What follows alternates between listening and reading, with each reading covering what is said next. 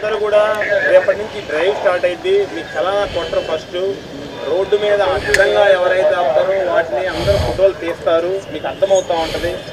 Auto పక్కన ఆటోలు ఆపి రోడ్డు సగం దూరం ఎవరైతే ఆక్రమించుంటారో వాళ్ళ ఫోటోలు తీయబడతాయి. ఒక వారం రోజులు 10 రోజుల తర్వాత అయితే మాత్రం వాళ్ళు పిలిపించి మనం ఆ ప్రాసెస్ అయితే కండక్ట్ చేయడం జరిగింది. అది రిపీట్ చేసుకోవచ్చు. అది అయిపోయినా కూడా తెలిస్తే అప్పుడు చలానా. ఏ వెహికల్ అయినా మైనర్ తోలితే ఇప్పుడు పెనాల్టీ ఎంతో తెలుసా? అంటే మీకు యాక్చువల్గా అది ఊహించడం కూడా ఊహించలేదు. 25,000. తమాషా కాదు, నేను చెప్పేది అబద్ధం చెప్పడం లేదు. మీరు అంతా అనుకోవచ్చు. ఇప్పుడు ప్రజెంట్ లేటెస్ట్ అమెండ్మెంట్ మార్చిన దాని ప్రకారం మోటార్ వెహికల్ చట్టం ప్రకారం మైనర్ కనుక ఎవరైనా వెహికల్ కనుక తోలితే 25,000 రూపాయలు దానికి ఫైన్, బండి సీజ్ చేయబడితే అది కూడా కోర్టుకు పెట్టబడింది. ఎందుకంటే అది మనకు చూసేదానికి చిన్నగా అనిపిస్తుంది. ఏముందిలే పిల్లోడే కదా తోలుతామే, కానీ దాని వెనకాల ఉన్న ఉద్దేశం అది కాదు. అన్నీ బాగుండి పెద్దోళ్ళు ఉండి 2 సంవత్సరాల ఎక్స్పీరియన్స్ ఉండి ఎంత ఉంటేనే ఆడాడ యాక్సిడెంట్లు జరుగుతూ ఉన్నాయి. వాడు 14 ఏళ్ళు 15 ఏళ్ళ పిల్లోడికి వాళ్ళకి ఏం కంట్రోలింగ్ ఉంటుంది? దట్టు వాడు ఫాస్ట్ పోదాం అనిపిస్తుంది ఎంతసేపు. వాళ్ళకి తెలియదు కంట్రోలింగ్. ఒకసారి ఫాస్ట్ పోయినాక దాంట్లో ఆనందమే కనపడింది తప్ప దాంట్లో వచ్చే ఆపద వాళ్ళకి కనపడదు. ఆ బ్రేకు వేయాలా వేయకూడదా, వేస్తే ఏడాగిద్ది ఏంటనేది వాళ్ళకి అర్థం కాదు. తర్వాత మన పిల్లలే ఇది అయిపోయారని చెప్పి బాధపడాలి. అది అసలు విషయం. సో దొరికితే అది 25,000. 25,000 అని మేము కూడా దాన్ని ఆలోచిస్తా కొంచెం ప్రస్తుతానికి కౌన్సిలింగే చేస్తున్నాం ఎక్కువగా. ఆ కౌన్సిలింగ్ చేసే స్థాయి ఏ రోజైతే దాటిపోతుందో అప్పుడు పెనాల్టీలు వేయాల్సి వచ్చింది. అది పెనాల్టీ వేస్తే 25,000 మీరు కట్టేది కాదు.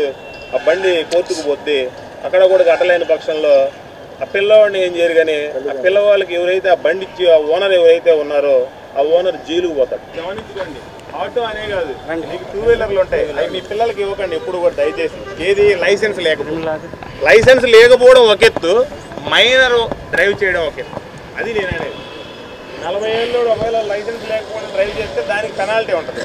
మైనర్ అంటే 18 సంవత్సరాలు కనుక కింద ఉంటాడు చూసారా, అది సపరేట్. ఇది మైనర్ అంటే.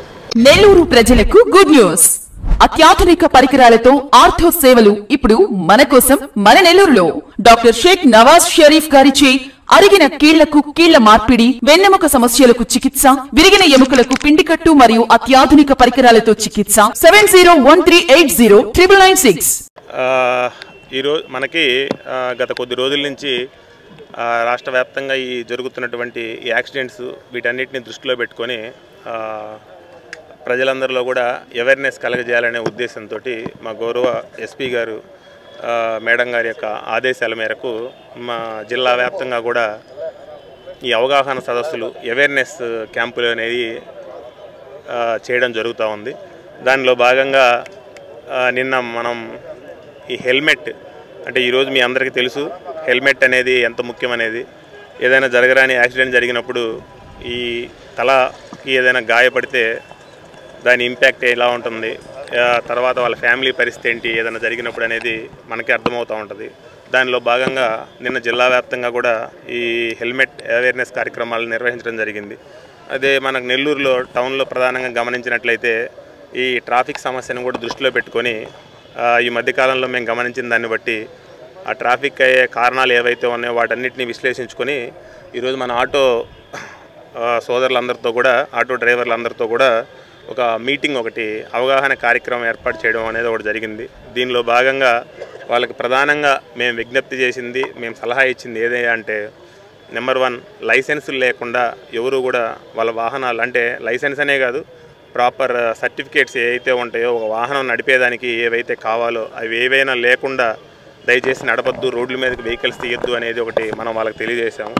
రెండోది, వాళ్ళకి ప్రధానంగా గుర్తింపునిచ్చేటటువంటి వాళ్ళ ఆటో డ్రైవర్ అని వాళ్ళ యూనిఫామ్ వాళ్ళు ఖచ్చితంగా ధరించండి అని చెప్పి ఇంకొకటి వాళ్ళకి తెలియజేయడం జరిగింది. అదేవిధంగా మైనర్స్, ప్యాసింజర్స్ ఎక్కడం అనేది అది ఇండివిజువల్ వెహికల్ కాదు కాబట్టి ఆటో అంటే ప్యాసింజర్లు ఎక్కించుకొని తిరుగుతారు కాబట్టి పొరపాటును కూడా ఎవరు కూడా మైనర్స్కి వాళ్ళ వెహికల్స్ ఇచ్చి ఏదైనా ప్రమాదం జరిగినప్పుడు ఇంకా దాన్ని తీవ్రత పెరిగే విధంగా ఇదైతే ఉంటుందో అవకాశం ఉంటుంది కాబట్టి వాళ్ళకి ఎటువంటి పరిహారాలు కూడా అందకుండా పోయే ప్రమాదం ఉంది కాబట్టి మైనర్స్ ఎవరికి కూడా వాహనాలు ఇవ్వద్దు. ఒకవేళ ఇచ్చినట్లయితే దాని యొక్క పర్యవసానాలు ఏంటి, దానివల్ల కలిగే నష్టాలు ఏంటి అనేది కూడా వాళ్ళకి విడమర్చి చెప్పడం జరిగింది. ఇవన్నీ కూడా మనం ముఖ్యంగా ఈ ట్రాఫిక్ గమనించినట్లయితే అంటే ఒక వాహనం పక్కన ఇంకొక వాహనం ఆపు సగం రోడ్డు అట్లా బ్లాక్ అవుతూ ఉంది కాబట్టి పార్కింగ్స్ సరిగా ఇది అవ్వకపోవడం వల్ల మా విజ్ఞప్తి మెయిన్ ఏంటంటే ఒక వెహికల్ వెనకాల అది కూడా పూర్తి లెఫ్ట్ సైడ్ ఆపుకుంటే కొంతలో కొంత రోడ్డు అనేది మూవింగ్ పోయే పబ్లిక్కి అనుకూలంగా ఉంటుందనే ఉద్దేశంతో ప్రధానంగా చెప్పడం జరిగింది.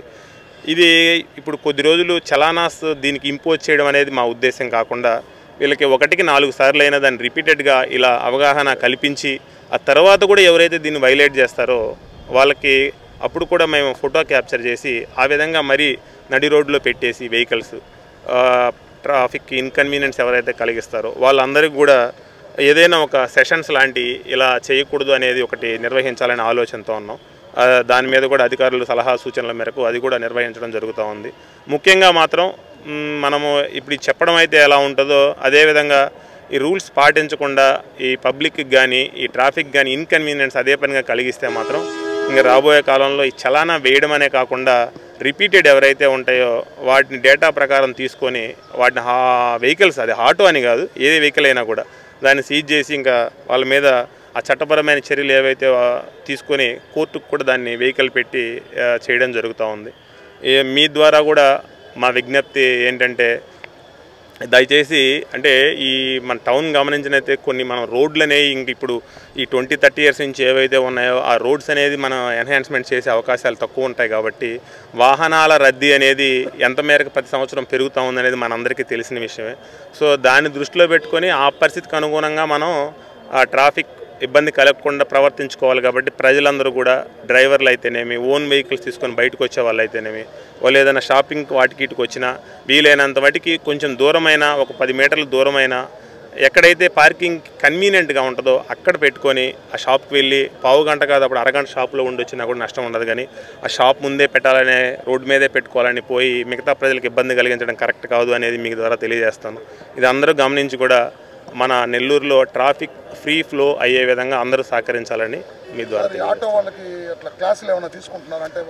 లేలే అది ఎస్ అది ఇప్పుడు అని కాదు ఇప్పుడు ఇలా ఓపెన్గానే పబ్లిక్గానే మనం అవగాహన కార్యక్రమాలు నిర్వహిద్దామని కొద్ది రోజులు జిల్లా వ్యాప్తంగా జరుగుతాయి. ఇక నుంచి తర్వాత మనకి ఎవరైతే ఈ మనం చెప్పిన తర్వాత కూడా ఈ రిపీటెడ్గా వైలేట్ చేసి రోడ్ల మీద అడ్డంగా పెట్టి ఎవరైతే ఇచ్చేస్తారో వాళ్ళను మాత్రమే ఐడెంటిఫై చేసి అంటే అందరినీ ఒకే ఘాటున కట్టడం అనేది కూడా కరెక్ట్ కాదు. కాబట్టి ఆ వైలేట్ చేసిన వాళ్ళని ఐడెంటిఫై చేసి వాళ్ళకి తగిన విధంగా సెషన్సా లేకపోతే ఇంకేదన్నా వాళ్ళ మీద చట్టపరంగా చర్యలు అనేది తదుపరి నిర్ణయిస్తాం. అది